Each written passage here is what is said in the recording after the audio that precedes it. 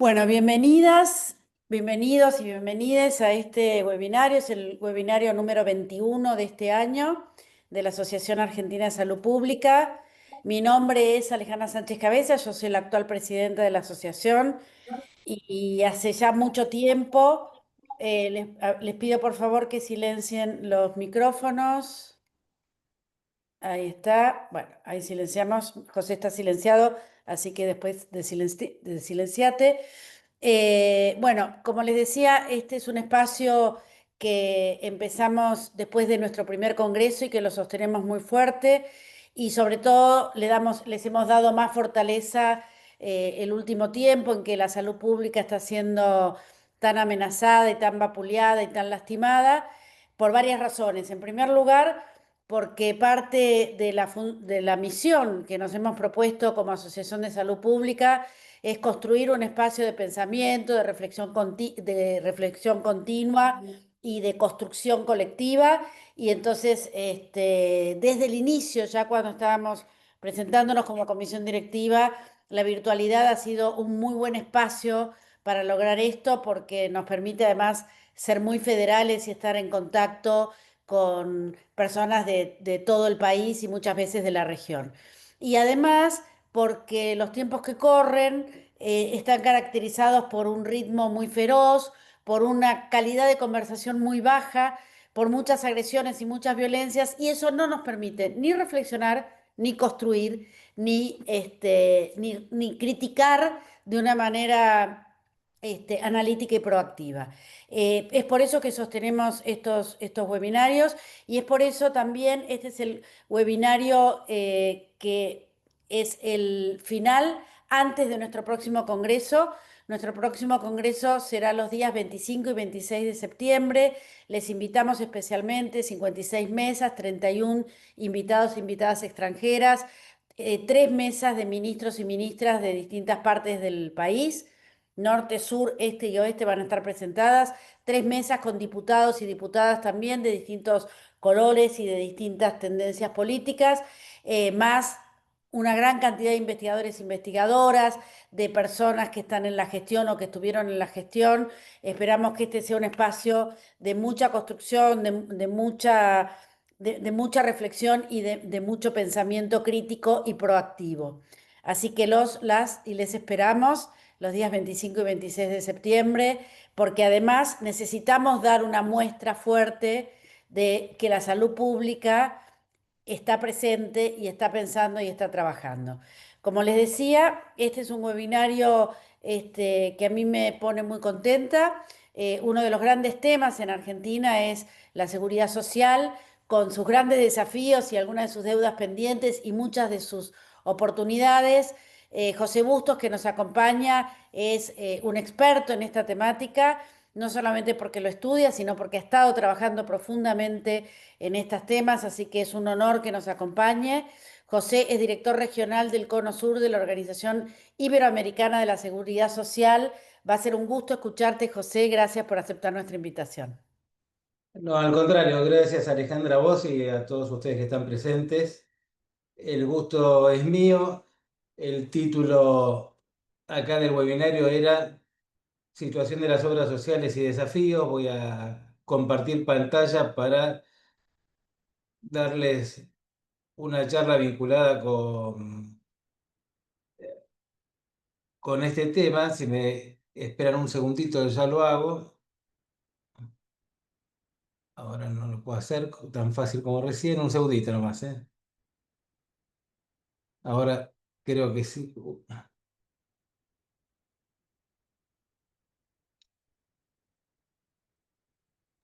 Bueno. Ahora no aparece, Sí, aparece, no, ¿no? lo estamos viendo, sí, lo que no está es en Ah, la bueno, pantalla, bueno. pero lo estamos viendo. Entonces esperen que amplío pantalla. Ahí estabas bien, perfecto. No, a tu derecha, no, a tu derecha, ahí está, Ahí perfecto. está. Listo, impecable. Bueno, ahora sí.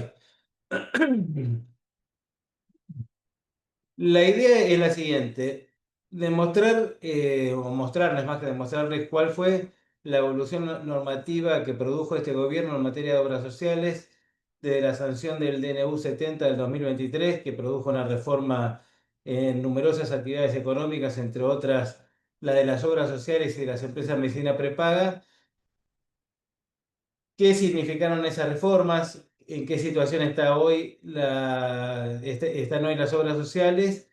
Y finalmente, una última diapositiva centrada en cuáles son los desafíos y cuáles a mi criterio son los retos que tenemos que resolver eh, en el futuro con respecto a este tema y analizar si toda esta reforma normativa que se produjo en estos casi 2 años, qué efectos produjeron en el sistema de obras sociales. Estas normas no las voy a recitar ahora, pero van a ser las que, todas las que dictó este gobierno en materia de impacto en obras sociales, que las vamos a ir analizando poco a poco. Primero, acá, este es el DNU 70 del 23, que explico brevemente. Acá estoy viendo la hora. Perdón, Alejandra, ¿a qué hora debería terminar? ¿Menos cuarto, supongo, para algún espacio de preguntas, más o Sería menos? ideal, sí, sí. Bueno. Si querés te aviso y media. Bueno, está bien, sí, voy viendo la hora, pero te agradezco.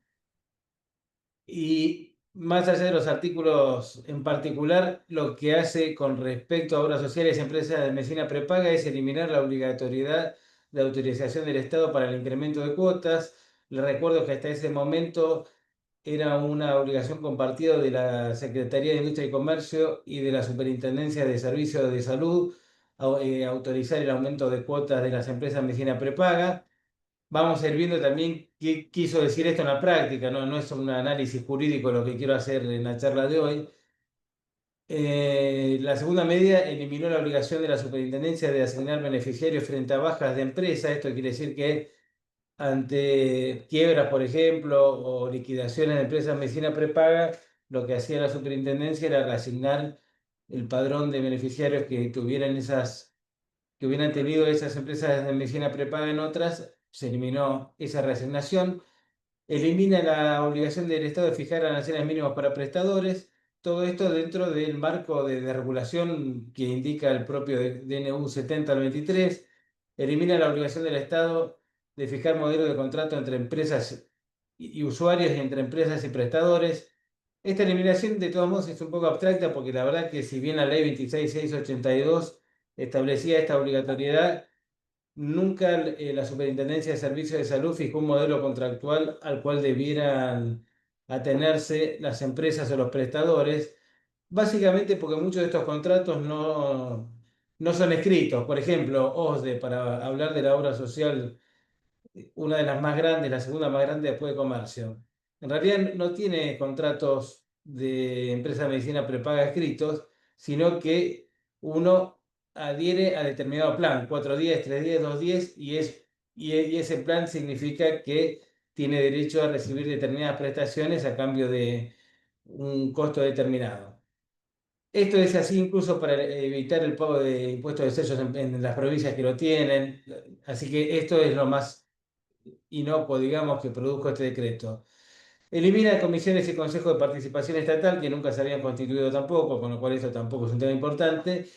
Y lo que sí dice es que la ley de medicina prepaga rige solo para los afiliados voluntarios. ¿Qué quiere decir esto? Que hasta el momento del dictado del DNU, la ley de empresas de medicina prepaga también regía para aquellos planes superadores en donde hubiera beneficiarios obligatorios, es decir, que tuvieran relación de dependencia o fueran monotributistas, que tuvieran una obra social y por un monto adicional podían acceder a planes superadores. Hoy esta facultad sigue existiendo, pero no bajo el régimen de la ley de empresa vecina prepaga. Con respecto al impacto en las obras sociales, lo que produce el DNU es permitir que las empresas se incorporen como agentes del seguro de salud, es decir, que fueran receptores obligatorios de aportes y contribuciones.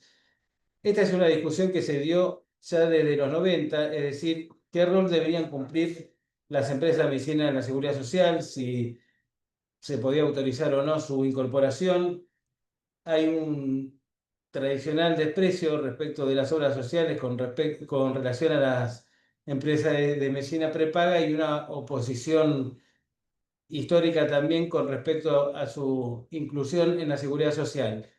No obstante ello, en el año 1998, cuando se dicta el decreto 504 del 98, que se permite, que autoriza la opción de cambio de obras sociales, recordemos que hasta ese momento los que somos más grandes, los que son más chicos obviamente no lo van a recordar, pero hasta ese momento la obra social de la actividad sindical era la que regía el destino de salud de esa persona, no existía la posibilidad de optar por otra obra social. En materia de seguridad social, en realidad la regla es la cautividad y la excepción es la elección de obras sociales, ¿no?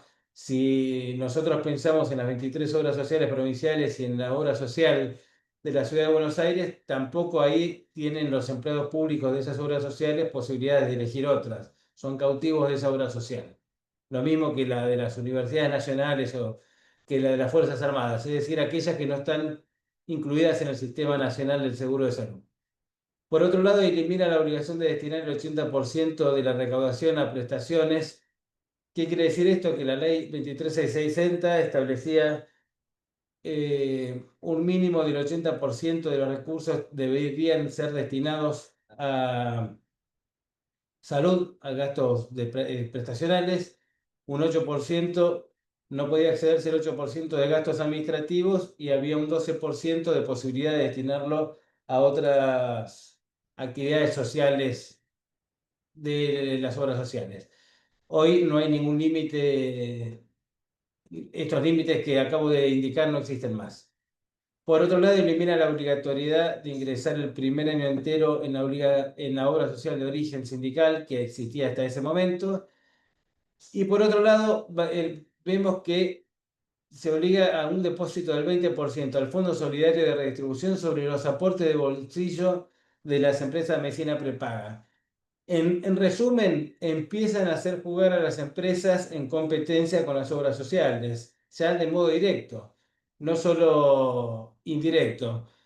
Recién cuando decía que a partir del 98, cuando se permite la opción de cambio, empieza a participar activamente el sector de las empresas de medicina prepaga, pero no como financiadores, sino como prestadores de las obras sociales, lo que el famoso descreme, cuando dice vinieron las empresas grandes a descremar la seguridad social, es decir, a llevarse o sueldos altos o aquellos sueldos de sanos o de jóvenes que consumen poco con poca carga familiar, todo eso se produjo entre fines de los 90 y principios de los años 2000.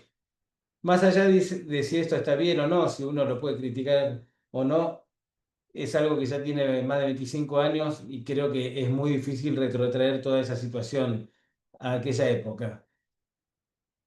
Y lo que sí hace, como decía recién, es habilitarle la posibilidad de inscribirse como si fueran obras sociales a las empresas y competir con las obras sociales. De modo igualitario, bueno, ya veremos que no, ni siquiera al día de hoy. Se modifica el decreto 504 y se permite la opción de cambio entre las obras sociales sindicales y las obras sociales de dirección. ¿Qué quiere decir esto para los que no están en el tema? Hasta ese momento, las opciones de cambio podían hacerse entre las mismas categorías de beneficiarios, es decir, aquellos que tenían un convenio colectivo de trabajo y se regían por una actividad sindical, podían elegir otras obras sociales sindicales, pero no podían acceder a las obras sociales de dirección.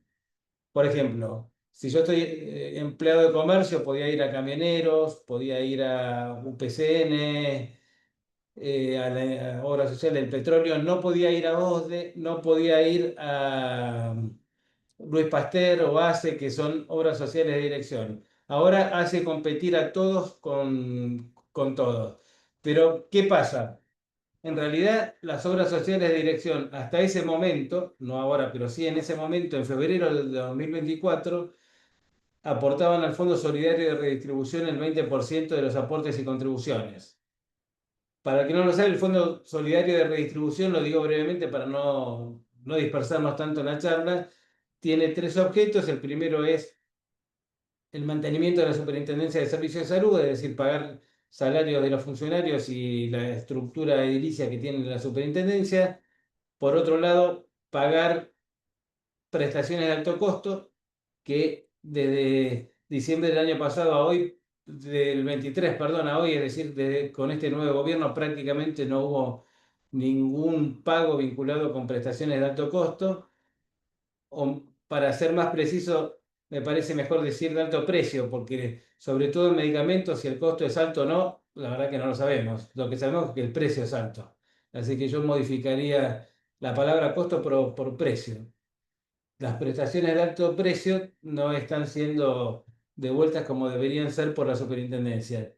Y por otro lado, el pago de subsidios que se brindan a las obras sociales, que básicamente son cuatro: el Sumarte, que compensa la distorsión que produce el monotributo al no tener un esquema solidario como el de relación de dependencia, que matemáticamente aportan un 9%, es decir, un 3% del trabajador y un 6% de contribución patronal, mientras que, como vamos a ver ahora enseguida, el monotributista no tiene la misma proporción exacta que el trabajador de relación de dependencia en cuanto al aporte al Fondo Solidario. Por otra parte, está el segundo subsidio, que es el Suma 65, es decir, que se paga una cápita específica por cada persona que tiene, por cada beneficiario que tiene una obra social mayor a 65 años. Por otro lado, está el SUMA, que es un subsidio que se paga proporcionalmente a la cantidad de beneficiarios que tiene cada obra social. Y en cuarta medida está el SANO, que se llama SANO, es un subsidio de compensación de cápitas, es decir, se miden rangos etarios femenino y masculino, los valores son los mismos, salvo en la edad fértil de la mujer, es decir, entre los 15 y 49 años, donde se le reconoce un valor superior a la obra social por cada beneficiaria mujer que tenga. Y bueno, esas son las funciones del Fondo Solidario. Lo que decía es que las obras sociales de dirección aportaban un 20% y las sindicales un 15%, con lo cual ya la competencia era desigual, porque las obras sociales de dirección tenían que pagar un 5% más respecto de las sindicales. Y por otro lado, digo ahí, se ve en la diapositiva, se mantiene la exclusión de los jubilados, conservando el régimen propio de opción hasta ese momento. No soluciona la judicialización de la opción del jubilado. Lo voy a dejar para el final. ¿Esto qué quiere decir? Dicho así, se entiende poco, porque me parece que es uno de los problemas que tiene el sistema actual y que no hizo nada, ninguna de estas reformas en beneficio de los jubilados. Adelanto brevemente el tema, después voy a tratar de brindar alguna propuesta de solución. El tema es que cuando el jubilado llega a esa edad en la obra social, aquellas obras sociales que no están inscritas en el registro de jubilados de la superintendencia dejan de tener legalmente a ese beneficiario en su padrón y va directamente al PAMI. Salvo que exista una acción judicial, por eso digo que hay una gran judicialización respecto a este tema, de todas aquellas personas que al cumplir 65 años quizás tienen incluso hasta 30 años de antigüedad en esa obra social y, a mi criterio razonablemente, dicen: ahora no quiero ir al PAMI, quiero seguir en esta obra social, y los amparos salen, diría, en un 100% en favor del beneficiario. Esa es la situación. Cuando terminemos la charla voy a elaborar alguna propuesta de solución a este tema. Digo propuesta de solución por lo siguiente: como dije, acabo de decir, quien se jubila a esa edad y tiene una antigüedad determinada en la obra social, aunque no la tenga tan extensa como el ejemplo que acabo de dar, razonablemente tiene la expectativa de continuar en esa obra social. Pero por otro lado, ese aporte no es proporcional al que le va al financiador, a la obra social, con lo cual habría que pensar en algún equilibrio en donde el jubilado pueda quedarse en obra social y el financiador pueda tener un aporte acorde al gasto de una persona de esa edad. Bueno, después de eso, febrero de 2024, voy a apurarme un poco porque veo que ya son 25, decreto 171 del 24, establece que la inscripción de las empresas es voluntaria, es decir, el gobierno invita a las empresas amablemente lo digo bastante irónicamente, esto de amablemente, por lo que vamos a ver después, a inscribirse en este registro de obras sociales.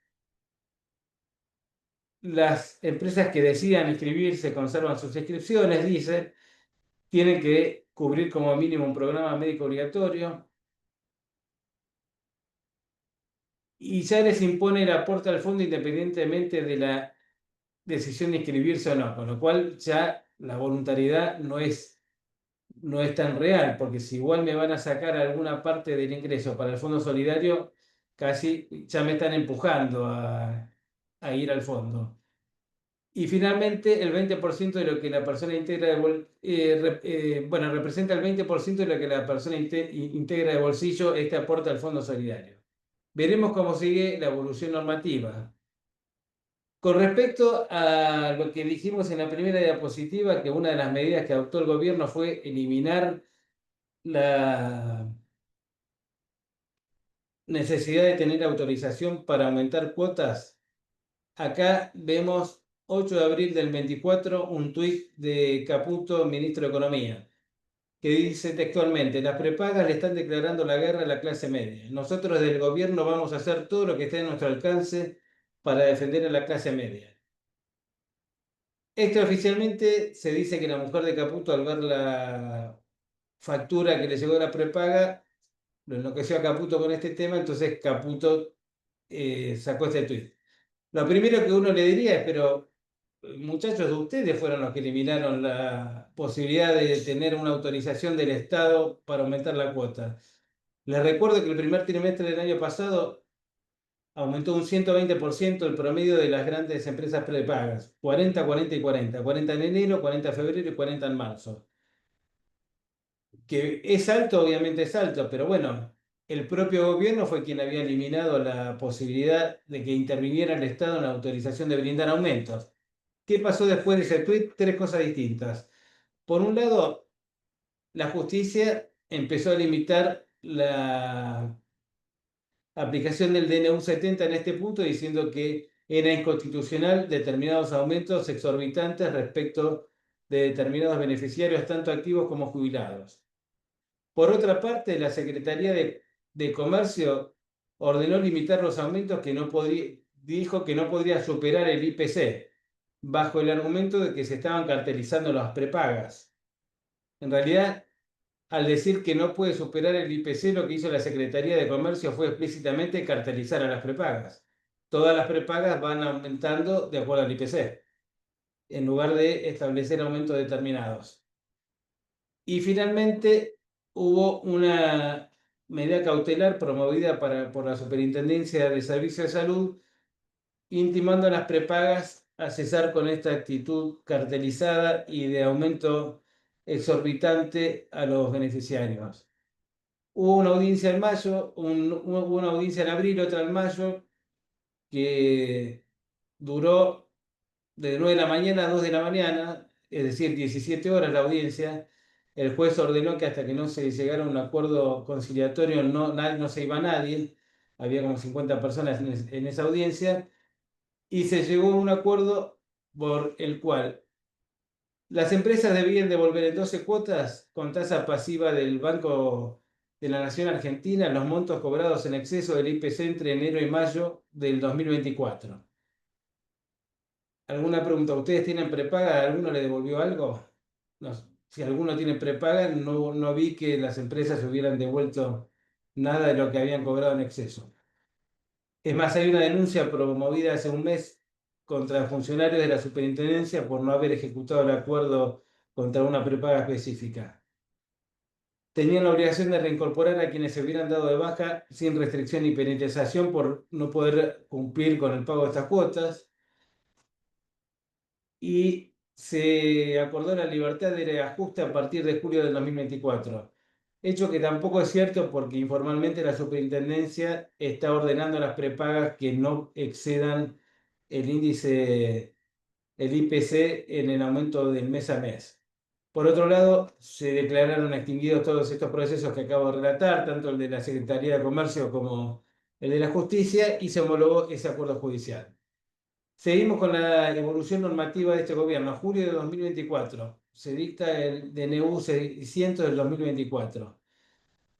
Para los que no son abogados, quiero hacer una breve aclaración. Supongo que sobre todo con el 70, que modificó tantas cosas de la actividad económica, el decreto de necesidad y urgencia tiene que dictarse en situaciones excepcionales en donde el Congreso no puede reunirse y en donde tenga una necesidad y urgencia, como dice el nombre, para sancionarse. El DNU 70 tiene ya el rechazo de la Cámara de Senadores de la Nación y está stand-by en la Cámara de Diputados de la Nación.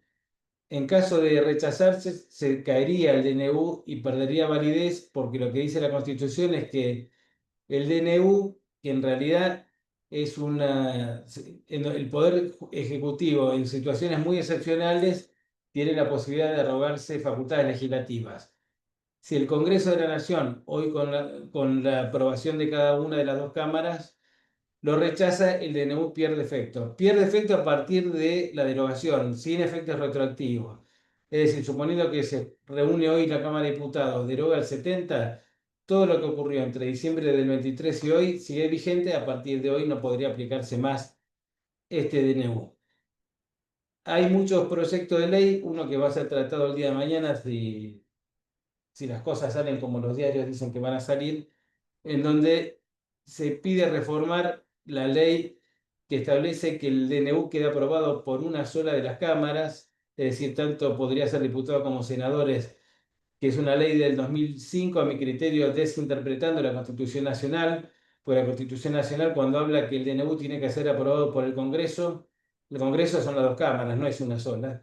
Entonces, si sale ese proyecto de ley, sería más dificultoso aún dejar vigentes DNU sin flojito de papeles, digamos, como aparentemente está el 7023, que claramente se metió en muchas de las atribuciones que no tenía como para sancionar este tipo de normas. Sin ir más lejos, hace 15 días más o menos, la Cámara Civil y Comercial Federal de la Ciudad de Buenos Aires, que es la competente en temas de obras sociales, declaró la inconstitucionalidad de toda esa derogación que vimos al principio de artículos que impedían al Poder Ejecutivo autorizar aumentos por ir en contra de los derechos de los consumidores. Son y media, Eh, ¿eh? ¿Cómo? Y media. Sí, bueno, vamos a apretar el acelerador. Se derogó el aporte al fondo sobre la diferencia del bolsillo, que fue un poco lo que dije al principio, que esto lo dice el DNU 70, pero que después esto fue derogado.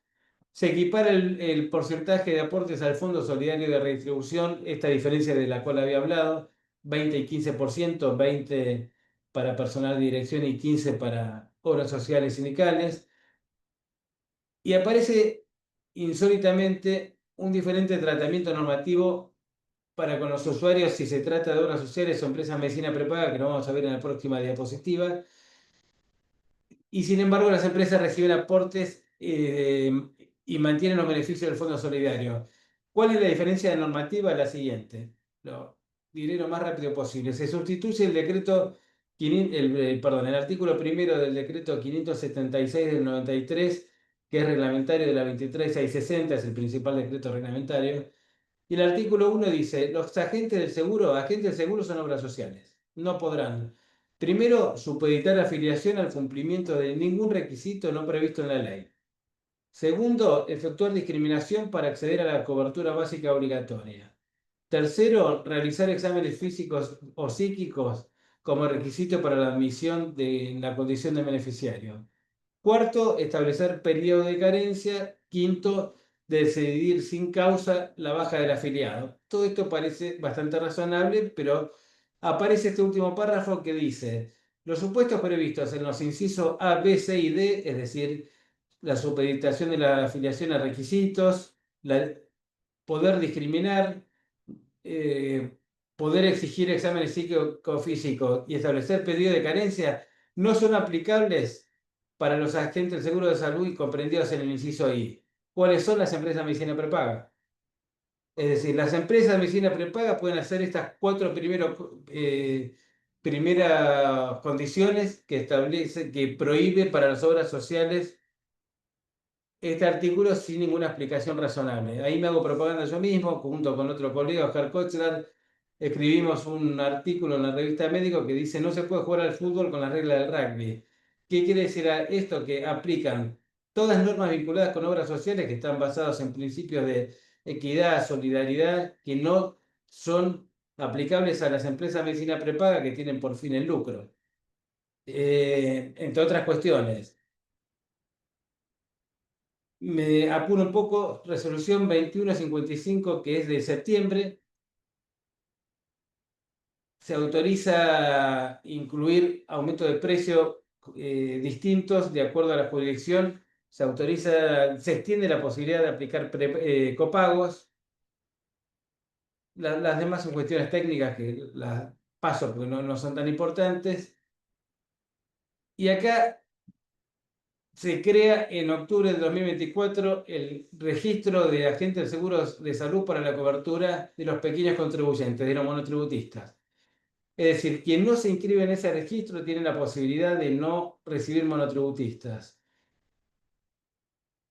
Todos aquellos que tienen monotributistas hasta ese momento tienen que seguir con la obligación de brindarles cobertura, es decir, no es que se los pueden sacar de encima. Ahí pongo cuál es el importe de las tres primeras categorías que representan más o menos el 72% del total de monotributistas aporta a la obra social, que son 19.239 pesos con 97. ¿Quiénes son los que no tienen monotributistas hoy o en ese momento? Las prepagas, porque ya no los tenían antes. Es decir, ya vamos viendo cuál es la evolución ideológica de esta normativa. Primero, cuando les dicen ustedes tienen que brindar el PMO en condiciones iguales a las obras sociales, le dicen, bueno, entonces te saco esta posibilidad de que determinadas condiciones vos sigas manteniendo, que fue las excepciones que vimos en la filmina anterior. Siguieron quejándose diciéndole, no, pero mira, además tengo una diferencia de cobertura, perdón, de aporte. Yo aporto el 20, la sindical es el 15, no hay problema, todos al 15, te bajo 5 puntos de aporte. A ustedes la misma pregunta para este caso. El 5% que se ahorra vos, por ejemplo, desde que se sanciona esa ley, ¿fue como una bonificación en la factura del beneficiario? Claramente no, nadie bajó la cuota. Y ahora se quejaban porque no tenían estructura para dar servicios por 19.239 pesos. Bueno, no se inscriben en el registro, no le dan cobertura. Esto obviamente no se ve nada, pero yo después le paso la diapositiva, que es el monto que cada escala de monotributo paga aporta para la obra social. Resolución 3284 de la Superintendencia, octubre del 24, se determina que a partir del 1 de diciembre del 2024, todas las entidades comprendidas en el artículo 1 de la Ley 26.682 que ofrezcan planes financiados deben estar inscritas en el registro de agentes del seguro de salud. ¿Qué quiere decir esto? Que obligaron a las empresas a inscribirse. Por eso, decía recién, fui irónico con amabilidad. Primero los invito a participar, no me quiero inscribir. Después le digo, bueno, inscribite porque yo igual te voy a sacar plata para el Fondo Solidario. Aún así no me inscribo, bueno, ahora tenés la obligación de inscribirte porque si no, no puedes dar servicio. Y finalmente, la evolución normativa salió una resolución muy publicada y publicitada por el gobierno, que es la resolución 1 del 25, en donde lo que anunció el superintendente y la superintendencia con este tema es que de este modo se eliminaba la triangulación. Es decir, que se eliminaron los sellos de goma, en donde los sellos de goma quiere decir aquellas obras sociales que prestaban su número de registro, casi como si fuera una patente de corso de la Edad Media, en donde le permitían a las empresas de medicina prepaga brindar servicios desregulando de ese modo. Varios disparates que contiene esta resolución. El primero, que está firmado por el titular de la unidad jefe de gabinete de asesor del Ministerio de Salud, insólito, una figura que no tiene ninguna competencia para emitir resoluciones. Quien debió haber emitido esas resoluciones del Superintendente de Servicios de Salud, que se excusó de hacerlo diciendo que él había trabajado para OSDE, con lo cual tenía incompatibilidad de intereses y no podía firmar la resolución. Si nosotros vemos todas las resoluciones que firmó el superintendente entre diciembre del 2023 y enero del 2025, muchas impactan en OSDE y no se excusó en ninguna, son honestas. Pudo haberse abocado el ministro de Salud, es decir, haber ejecutado atribuciones del inferior.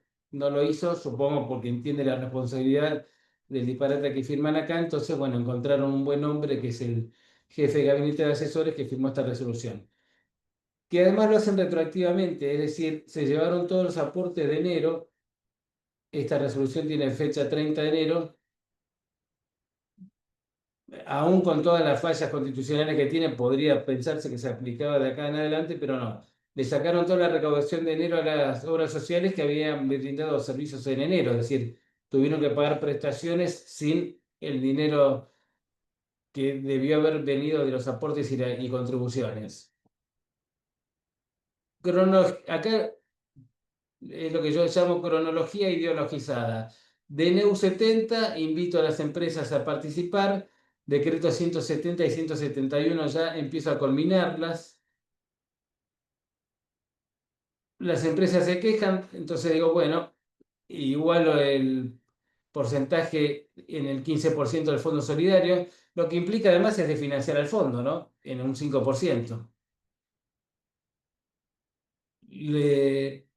Diferente tratamiento al mismo beneficiario, decreto 955 y resolución 3284, que es todo lo que vimos recién, en donde uno cuando termina de ver toda esta evolución normativa piensa, ¿cuál es el fin de esto? ¿Es tratar de mejorar al beneficiario? Claramente no, y digo claramente no por lo siguiente, hagamos un ejemplo, miremos un ejemplo rápido. Yo tengo un sueldo de 1.000.000 de pesos para hacer números rápidos. Tengo un aporte de un 9%, me sacan el 15%, del 9% serían 90.000 pesos. De ese 90.000 pesos me sacan el 15% para el fondo solidario, me queda 70 y algo de mil pesos, 77, 78.000 pesos. Sobre ese aporte, supongamos los casos de Odyssey Medical, que eran quienes retenían mayor cantidad de aportes, es decir, le dejaban solo un 2% a la obra social y el 98% se lo quedaban ellos para dar la prestación. El 2% de esta sello de goma representaba sobre un sueldo de 70.000 pesos, 2%, 15.000 pesos. 15.000 pesos no parece que fuera una suma tan extraordinaria como para hacer el lío que hicieron y además como dije recién, no hubo ninguna baja de cuota en las facturas de los beneficiarios. Con lo cual, claramente, a mi criterio, lo que está demostrando esto es tratar de destruir a la seguridad social. No, no soy una persona de utilizar calificativos, lo digo realmente, pero no se encuentra otra explicación. No hay una defensa del beneficiario. Claramente tampoco defienden al prestador, porque no es que los prestadores mejoran con este tipo de normas y las obras sociales están en una situación cada vez peor, sumada al congelamiento prácticamente salarial que hay en casi todas las actividades desde diciembre del 23 a hoy. Pensemos que las obras sociales se financian como fuente muy principal de financiamiento del aporte y la contribución derivada de un porcentaje de la remuneración. Si yo tengo congelados los salarios, claramente el aporte a la seguridad, a las obras sociales es cada vez menor. Me quedan 3 minutos para dejar espacio a preguntas. Este es otro tema que, que lo puedo dejar y me detengo en esta que es la última que tengo que dice desafíos futuros. Primer problema, caída del empleo. Eso hace que se disminuya también notablemente la recaudación de las obras sociales. Les cuento, estuve en una charla hace poco de Zukovsky, que como ustedes saben es un economista muy defensor de las políticas oficiales actuales, en donde había un representante vinculado con la actividad de la construcción y le dice a Zukovsky, todo lo que usted me dice está bárbaro, pero la actividad de la construcción tuvo una baja de 70.000 puestos de trabajo, con lo cual algo no está funcionando. A lo cual Sokovich le dice, no, está bien, bueno, pero hubo 69.000 puestos nuevos de Rapipago, de estos chicos que trabajan con la moto. Bueno, esto demuestra dos cosas. Primero, la pauperización de las condiciones laborales. Segundo, el fraude laboral que siempre están en ese tipo de relaciones. Y tercero, todos estos son ingresados como autónomos que no aportan del mismo modo a la seguridad social. Todo va en detrimento de un funcionamiento adecuado de las obras sociales. Esto provoca la caída de la recaudación que vemos ahí. Estoy convencido que más allá de esta medida del gobierno que claramente no favorecen a las obras sociales, En el mundo ya se está pensando en revisar el modo de financiamiento de la salud. No hay ningún sistema de salud hoy en el mundo que funcione estrictamente con una fuente de financiamiento contributiva. Esto no existe más. La fuente contributiva estaba pensada dentro de un sistema industrialista que no existe en el mundo, tal cual lo conocimos primero posguerra del siglo XVIII y después posguerra del siglo XIX, perdón, y después post Segunda Guerra Mundial. Otro tema que hay que revisar es el financiamiento de la discapacidad. Les doy un dato. El primer año que la discapacidad tuvo recupero por parte de la superintendencia, este recupero representó el 3% del total de prestaciones. Hoy está aproximadamente en el 72%, con lo cual es un tema de manta corta. Lo que yo doy en discapacidad lo voy a sacar de otro lado, con lo cual tenemos que pensar en cómo financiarlo. Por supuesto que hay que financiarlo, ¿eh? No es que estoy discutiendo que haya que sacarlo ni bajarlo, pero pensemos en otras fuentes porque no alcanza, es así de simple. Con respecto a los jubilados, algo adelanté al principio y no voy a ahondar mucho más. Lo que, insisto, lo que creo es que debe permitirse al beneficiario que se jubila en una obra social permanecer en esa obra social, pero a su vez otorgarle a la obra social un financiamiento acorde con ese gasto. Después, muchas veces el federalismo es una excusa para la inequidad. Yo creo que esto es un absurdo. El ministro Lugones, en la primera exposición pública que hizo en AmCham hace mes y medio más o menos, sostuvo que va a respetar el federalismo, es decir, ¿qué quiere decir federalismo? Primero, conceptualmente. Las provincias mantienen todo aquel poder no delegado en el gobierno federal. Entre otras, siempre se dice que la salud es un tema local porque no fue delegado por las provincias al gobierno federal. Yo creo que esto habría que ponerlo en crisis por dos motivos. Primero, porque en 1853, cuando se reunió la Convención Constituyente que dictó nuestra Constitución Nacional, la salud pública no existía como concepto. Entonces, no discutieron de esto porque tampoco discutieron de energía atómica, para decir un disparate. No existía directamente. Y segundo, porque desde el punto de vista constitucional, todas las materias federal, todas las materias que la República Argentina se compromete a asumir en tratados internacionales quedan federalizadas, con lo cual en materia de salud tenemos numerosos tratados, con lo cual esto debería ser ya objeto de federalismo.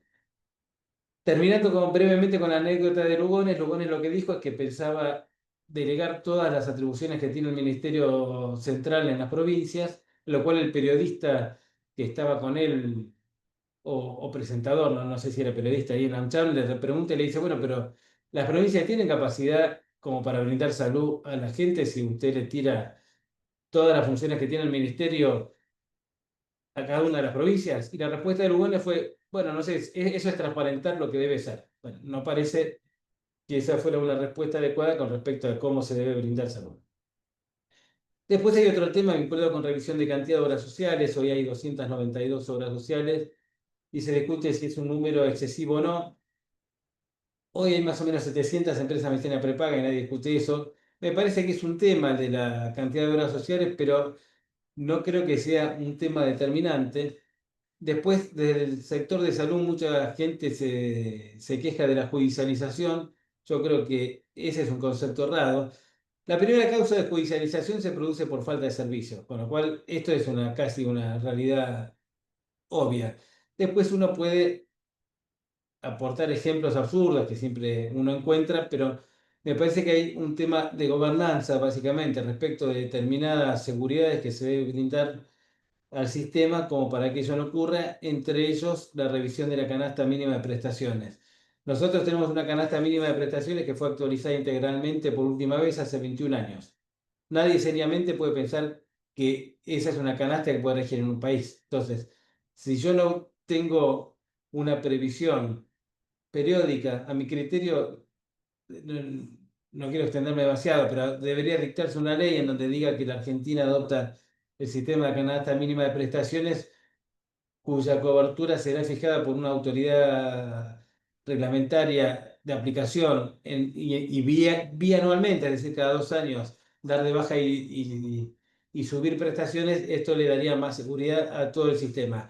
En definitiva, todos estos temas que están en esta última diapositiva, yo creo que son los problemas que tiene el sistema de salud hoy, muchos de ellos arrastrados de años, no es imputable a los últimos 15 meses o 2 años, ni mucho menos. Diría que casi todos, pero habría que ocuparse de estos temas y no parece que hoy estuviera puesto el foco aquí. Bueno, hablé lo más rápido posible, perdón por el apuro y estoy sujeto a las preguntas que quieran formularme. Muchísimas gracias, José. Si alguien quiere hacer preguntas, comentarios, lo pueden escribir en el chat sin ningún problema. O pueden levantar la mano. Abajo tienen un corazoncito. Si apretan ahí, les va a aparecer levantar la mano y yo les puedo dar la palabra. Yo, mientras tanto, bueno, José, muchísimas gracias. La verdad que clarísimo. Em, yo no sé yo tengo un par de preguntas para hacerte, no sé si mientras el resto se anima, Mucho estás, gusto. todavía estás compartiendo pantalla, ¿eh? Sí, Eh, sí, Voy a hacer lo que hice mucho hoy. conocimiento es algo. Reemplazar el compartido actual. A ver, vamos. Ahí está, perfecto. Yo querría hacerte algunas preguntas, quizás por desconocimiento. Digo, porque a mí no me queda claro hacia dónde quieren ir, porque una interpretación es quieren destruir las obras sociales, tampoco pareciera que es para beneficiar mucho a nadie, digo, porque no se está poniendo un orden en el sistema, digo, pareciera una ligera beneficio a los prepagos, pero no está tan claro. Esa sería la primera pregunta. La otra pregunta que tengo para hacerte es que yo entiendo lo que vos decís en términos de obras sociales y prepagos, pero es la fragmentación tan enorme, digo que no hace falta que te lo diga vos, que lo sabés mucho mejor que yo, y la disparidad en términos de ingreso hace incompatible que muchos prepagos y muchas obras sociales puedan dar una cobertura digna, ni que hablar de algún gasto catastrófico. Sería la segunda pregunta. La tercera pregunta es si no te parece que es un gran desafío el sistema de información que todavía, por lo menos en obras sociales y prepagos, sigue siendo una caja negra, digo que no hay acceso público de ningún, o por lo menos hasta donde yo sé. Y la cuarta pregunta es, en esa propuesta tuya de que las personas jubiladas sigan con las obras sociales o con los prepagos, ¿de dónde saldrían los fondos para incrementar los aportes de las personas jubiladas? Bueno, vamos por parte. Primera pregunta está vinculada con cuál es el objetivo del gobierno. Coincido que hay un favorecimiento a la actividad de las prepagas. No creo que este sea el único objetivo, esto está claro, y muchas de estas reformas claramente la favorecen. Ahora, muchas de otras reformas que se produjeron, no sé cómo decirlo sin parecer soberbio, pero me parece que están tenidas de desconocimiento del sistema. Entonces, parece que yo supiera y ellos no, esto no me gusta cómo queda, la verdad, decirlo de este modo, pero hay algunas cuestiones vinculadas con el tema de la triangulación que yo creo que mucha gente de buena fe pensó que esa era la solución. Y creo que es un disparate por varios motivos. Primero, porque muchas de estas obras sociales brindaban servicios recíprocos, no eran simplemente pasadores de mano de recaudación. Algunas sí, no digo que ninguna, pero muchas de ellas, por ejemplo, era muy común tener con prepagas contratados servicios de segundo y tercer nivel y las obras sociales daban servicios para discapacitados y primer nivel de atención. Yo, por ejemplo, estuve en una charla con el dueño principal, presidente Domín, y el presidente de una obra social, en donde el Domín se quejaba. Me decía, yo no tengo estructura para darle el servicio que me da él a discapacitados y en primer nivel. A mí me conviene el contrato como está. Yo doy estas dos cosas, él da estas dos. Estamos contentos los dos. Bueno, le sacaron todos los beneficiarios al de la obra social, se lo dieron a mil, tuvieron que hacer un contrato al revés. Ahora el prestador es la obra social. Un absurdo. Esto es desconocer el tema. Porque esto no es que realmente no creo que lo hayan hecho a propósito, pero es desconocer cómo funcionan determinadas cosas, porque uno repite esto, se yo como así, está bien, lo hay, no digo que no hay porque hay algunos, que no voy a dar nombre, pero algunos solamente eran pasamanos y eso está bien, bueno, que desaparezcan porque eso es vender la patente de pirata por la corona inglesa. Esto es lo mismo, no tiene sentido que esto funcione de este modo. Así que mucho creo realmente que tiene que ver con desconocimiento. Esto es así. No me acuerdo el orden de preguntas que vos fuiste formulando, pero entre otras cosas dijiste el tema de muchas obras sociales que no pueden dar servicio con el ingreso que tienen. De las 300 obras sociales, 200 tienen una cápita promedio inferior al valor estimado del programa médico obligatorio. Eso ya demuestra que es muy difícil dar salud así. Entonces, yo estoy de acuerdo en que eso así no puede funcionar porque primero la gente tiene que tener un buen servicio, después discutamos cómo se da. Entonces, yo creo que eso se soluciona. En la época de Macri se quiso hacer esto, a mi criterio, de un modo medio naif, es decir, dijeron, bueno, por ejemplo, hay muchas obras sociales de determinadas actividades. Por ejemplo, Luz y Fuerza tiene 7 obras sociales. Una de la Federación, una de Capital, literalmente esto lo digo, una de Córdoba, una de Mendoza, hay una mutual. Entonces el superintendente juntó a los presidentes de las 7 obras sociales y le dijo, bueno, tiene que haber una por actividad. De algún modo júntense, vean cómo hacen. La reunión duró 3 minutos porque se paró uno y dijo, le agradezco que me haya invitado, pero con este HDP, si lo veo en la calle y lo mato, pues fue el que mató a Tosco. Bueno, entonces, en realidad, si los de la actividad están separados porque no se quieren, primero, se conocen además, porque si le hubieran dicho a lo mejor, hace una unión con actores, puede ser, porque no sé ni quiénes son, pero ahora los de Luz y Fuerza nos conocemos todos. Y por otro lado, hay distintos modos de administración. Si yo administro bien, soy prolijo, no me voy a juntar con mi vecino que sé que administra mal. Entonces, me parece que habría que agrupar, sí, obras sociales con niveles relativamente parecidos de promedio de cápita y administración, porque lo que hace también más sustentable, sin duda, una obra social, en principio puede haber excepciones, es tener un pool de riesgo mayor. Si yo tengo 1.200 afiliados, tengo 2 casos catastróficos, quebré. Esto no hay mucha vuelta.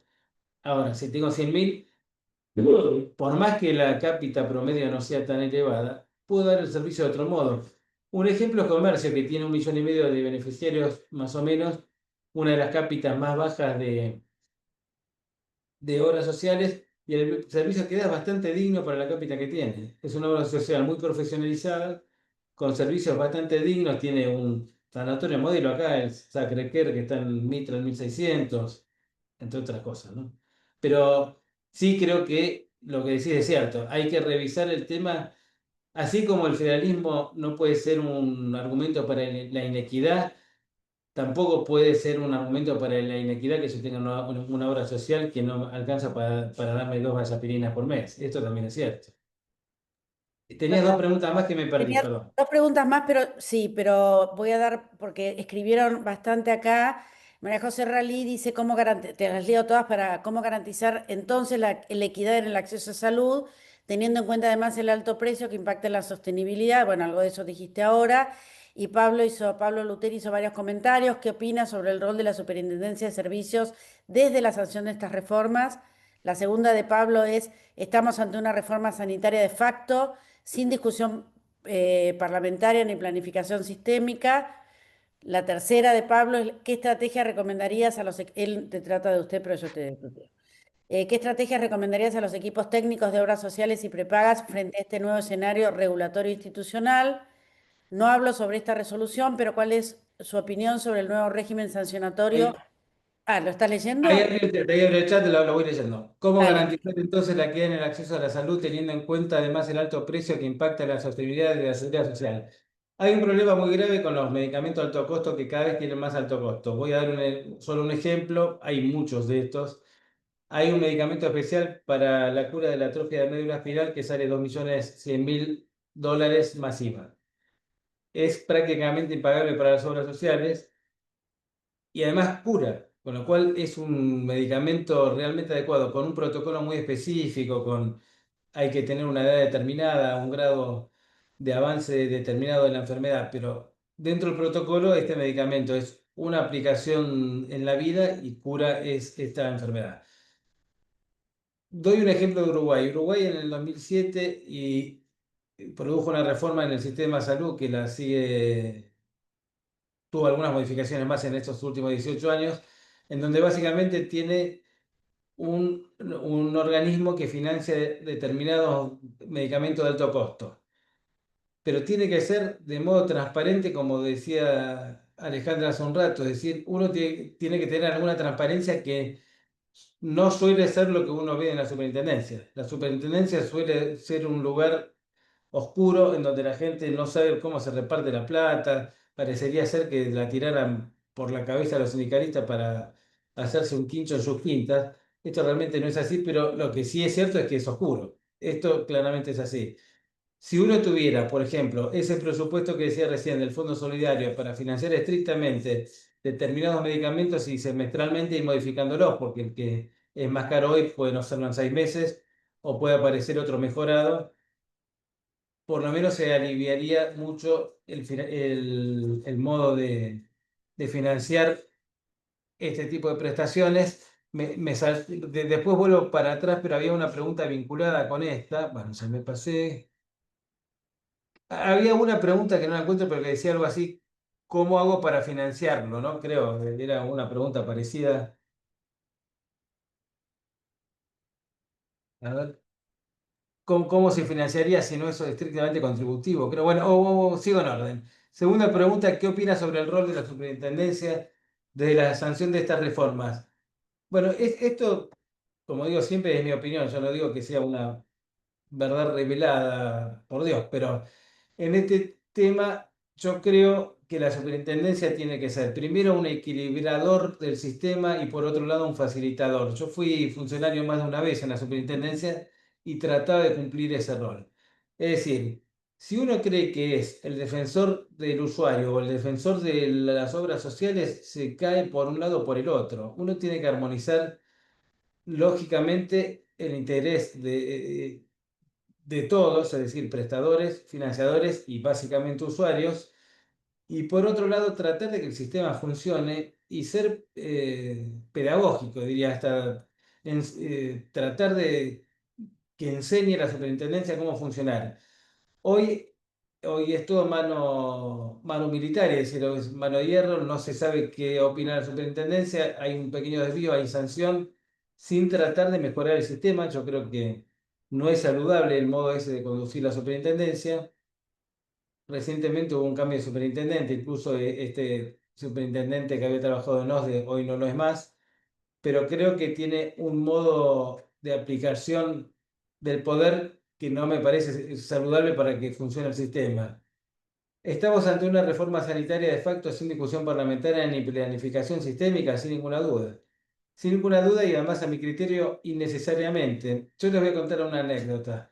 El día que atentaron contra la vida de Cristina Fernández de Kirchner el 2023, creo que fue, o 22 ya, 23, yo estaba participando de una cena con un senador principal de en salud de Juntos por el Cambio, uno por el peronismo. Estaba el ministro de Salud de Jujuy, que era radical, había un peronista de Jujuy.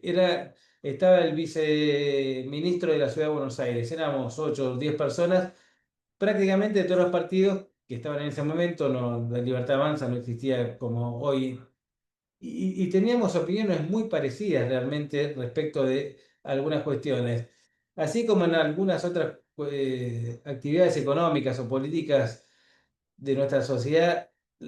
Hay confrontaciones muy nítidas. En salud esto no es cierto. Entonces me parece que no hay ninguna buena explicación para no llamar a hablar a una mesa de consenso que razonablemente pueda acordar muchos de estos puntos en que prácticamente todos estaríamos de acuerdo. Es un modo de gobernar este gobierno también, ¿no? La conversación y el consenso no son sus características. ¿Qué estrategias recomendaría a los equipos técnicos de obras sociales y prepaga frente a este nuevo escenario regulatorio e institucional?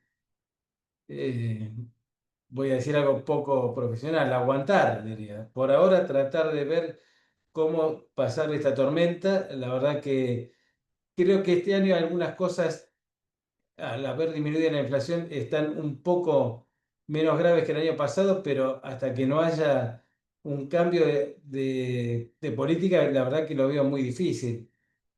Sé que en estos próximos días va a haber una presentación de muchas obras sociales a la superintendencia explicando esta situación y pidiendo alguna solución de emergencia porque muchísimas obras sociales bien administradas habitualmente están en una situación de crisis muy grande. Acá dice, no hablo sobre esta resolución, pero ¿cuál es su opinión sobre el nuevo régimen sancionatorio establecido en la resolución 951 de 2025 que modifica la vieja 075? No lo hablé porque no tenía tiempo y además me parecía que era muy para abogados, pero doy mi opinión. Es absolutamente inconstitucional. Lo primero que hace es invertir la carga de la prueba. Esta resolución 951 del 25 lo que establece es que la carga de la prueba está sobre quien presenta, perdón, sobre la obra social o prepaga en lugar de en quien reclama. Los plazos son absolutamente exiguos, son 5 días corridos como para contestar los requerimientos. Y además en los propios considerandos dice que se hace esto porque la superintendencia tiene muchos expedientes sin resolver. Bueno, resuelvan más rápido, pero ¿por qué? Claro, por responsabilidad de la propia superintendencia hago algo en contra del resto. No le veo mucho sentido. Y por otro lado, establece que podrían ser en casos urgentes más perentorios los plazos que 5 días. No sé, podría decir, contésteme en un rato, por ejemplo, ¿no? ¿Qué sería menos de 5 días? Difícil de pensar. Bueno, básicamente esto, a quien le interesa esto, si quieres Alejandra, pasar mi contacto y lo profundizo, no puedo ahora hablar mucho más de eso, pero bueno, tengo varias críticas más sobre ese tema. ¿Cuál sería una estrategia para disminuir la fragmentación hacia adentro de las obras sociales, teniendo en cuenta que existen múltiples tipos de obras sociales? Una misma persona incluso puede tener hasta triple cobertura, sin embargo, eso no mejora la cobertura ya que no son complementarias. Bueno, en Argentina tenemos más o menos un 20% de la población que tiene doble cobertura, es decir, que tiene una obra social del Sistema Nacional de Seguro de Salud y, por ejemplo, una obra social de provincia, para darles un ejemplo. Eso es muy común, ¿no? Uno trabaja en la provincia de Buenos Aires, por ahí está en Ioma y además tiene un comercio, ya ahí tiene dos. Podría tener hasta tres o más, porque si es profesor universitario tiene el de una universidad, si cumple alguna función en la Policía Federal tiene la Dirección de Beneficencia de la Policía, bueno, y podemos seguir aumentando. Me parece que es un dispendio de financiamiento absurdo, esto no debería funcionar de este modo. Pero insisto en lo que dije antes, hay algunas cuestiones que no son tan fáciles de lograr. Le doy un ejemplo. En el año 2002, Ginés González García propuso un pacto federal en salud y, entre otras cuestiones, propuso la inclusión de todas las obras sociales que están fuera del sistema nacional, es decir, las de provincia, básicamente, incluirlas en el sistema nacional. Todos los gobernadores firmaron el convenio, que en el 2007 deberían estar en el sistema nacional. Claro, era una época de crisis total en donde las cajas estaban vacías y no había modo de financiar la salud en las provincias. Empezó a funcionar mejor el país. Yo fui funcionario en esa época de la superintendencia, tuve reuniones con Obra Social de La Rioja, Santiago del Estero, La Pampa, entre otras. Ninguna se pasó al sistema nacional. Que es humano porque es manejar cajas propias que nadie las quiere delegar en otro sistema. A lo que a mi criterio habría que apuntar es a una unificación de cobertura, porque nada de esto puede ser excusa para tener distintos tipos de cobertura, porque yo tengo un trabajo en un determinado lugar y no en otro, no puede ser que reciba mejor o peor cobertura de salud. Esto sí creo que es clave apuntar a una unificación de cobertura. No me- Excelente presentación, se referirá a otro, no a mí, me imagino, o no escuchó. Seguiremos padeciendo aún más las prestaciones según el nivel económico. Bueno, esto es un poco lo que te acabo de decir. Yo creo que la situación económica o la actividad en la obra social no puede ser un argumento para tener una cobertura distinta de salud. Yo sí creo que hay que ir a una cobertura universal en donde todo el mundo reciba un mismo tipo de cobertura, después veremos cómo se financia, ¿no? Bueno, José, has logrado lo que no logró nadie más, que es que la gente se quede después de las 7. Muchísimas gracias. Bueno, vos ya sos parte de la asociación, pero me parece que este es un tema muy clave. La gente está muy interesada y son preguntas muy interesantes. Invito a que se sumen a la asociación, que hagamos un núcleo de pensamiento. Es probable, vos lo dijiste claramente, no hay ideas iluminadas, digo. tuvimos grandes sanitaristas que estuvieron haciendo intentos muy grandes. No es que va a venir Superman iluminado a lo que ninguna otra persona de tan estúpida que fue no se dio cuenta antes, pero sí lo que está claro es y vos lo dijiste claramente, construir que esto entre no en la agenda de las políticas, sino que entre en la agenda de la política. Y eso solo lo podemos hacer si juntamos voluntades, juntamos fuerza y hay racionalidad técnica, que yo creo que vos lo dijiste claramente. Fue increíble. Sí queda grabado, Beto, les digo a todos y todas, queda grabado en la página de la asociación. Están todos los webinarios. Esta seguramente mañana cerca del mediodía esté subida. Y ha sido un gran aporte, José. Muchísimas gracias siempre por tu claridad y por tu compromiso, porque la verdad que no es solamente escuchar a alguien que sabe técnicamente, sino que ha estado, que conoce el campo y que todavía aún mantiene el compromiso, y eso es muy alentador. Así que muchísimas gracias, José, y muchísimas gracias a todas y todos. Nos vemos en el Congreso y seguramente nos vemos en otro espacio para seguir conversando. Un abrazo grande. Gracias a vos y a todos ustedes, y bueno, es una pasión que nos une. Así que ahora te paso por WhatsApp la charla y bueno, la dejo disponible para quien quiera verla. Muchas gracias. Muchísimas gracias, José. Un abrazo grande.